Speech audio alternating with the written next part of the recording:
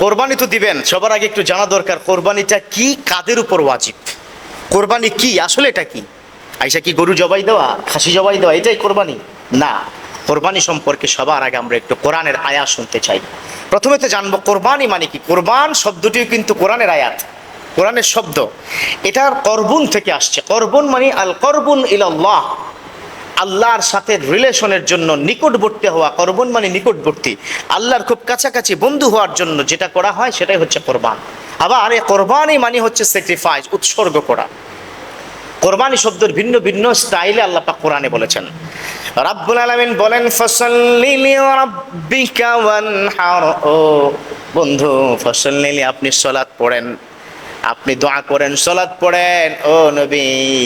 ওয়ানহার, এবং আপনি কি করেন, কোরবানি করেন। ওয়ানহার, আবার যবাহ, আদহিয়া, এটাও কিন্তু আছে এবং হাদিসের মধ্যে আছে মান ওয়াজাদা সাআ ফালাম ইউদাহ ফালা ইয়াকরাবান্না মুসাল্লানা।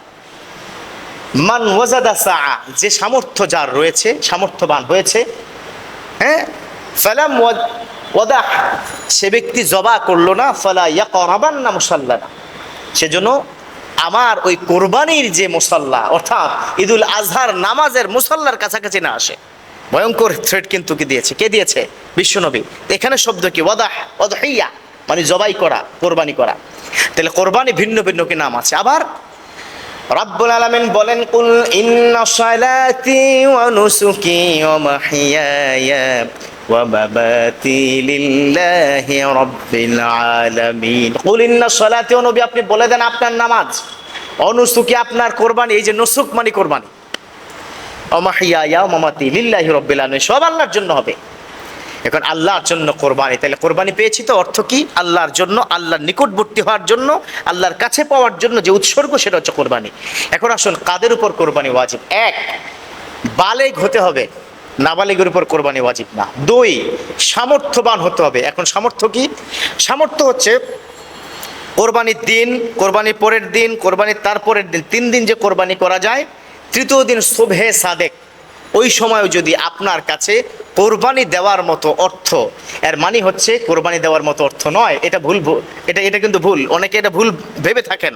কোরবানি দেওয়ার জন্য না, 52.5 তোলা রূপের সমমূল্য টাকা যদি আপনার কাছে থাকে, তাহলে কত টাকা? বর্তমান বাজারে 85 টাকা, 85,000 টাকা।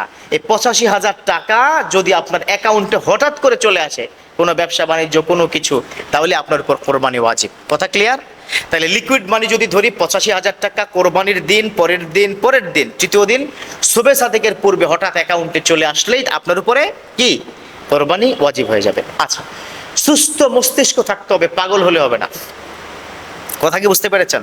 সুস্থ মস্তিষ্ক থাকতে হবে। ঋণগ্রস্ত হলে কিন্তু হবে না। কোরবানি হতে হলে ঋণ মুক্ত থাকতে হবে। আপনি ঋণে আছেন 100 কোটি টাকা, এই ঋণ ব্যাংকের ঋণ, ওটা দিয়ে কাজ হবে না। আপনি ঋণে আছেন 50,000 টাকা, তাহলে আগে ঋণ মুক্ত হন, তারপরে কোরবানি দেন। কথা কি বুঝতে পেরেছেন? তাহলে কি পেলাম? কোরবানি সুস্থ ব্যক্তি, বালেগ ব্যক্তি, সামর্থ্যবান ব্যক্তি, এদের উপরে কোরবানি কি? ওয়াজিব।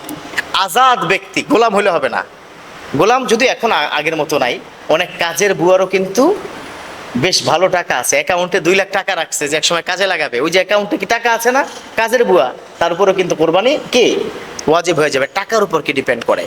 তবে গোলামের উপর, এটা বিশ্বনবীর যুগে ছিল, যারা দাস প্রথা ছিল তখন গোলাম বাড়িতে কাজ করতো, তার এমনিতে কি টাকা ছিল না। আমাদের দেশের একজন ফকিরেরও কিন্তু 3 তলাকি বিল্ডিং আছে। সো এই ফকির আর আগের যুগের সেই গোলাম বা ফকির এক নয়। সো আমরা মনে হয় স্পষ্ট হয়ে গেছি। এর মধ্যে যারা এরকম আছেন, যেই সিস্টেমে বলেছি ঠিক ওই সিস্টেমেই কিন্তু কোরবানি হতে হবে, তার বাইরে কম কিংবা বেশি হলে কোরবানি হবে না। আল্লাহ বুঝার তৌফিক দান করুন, আমিন।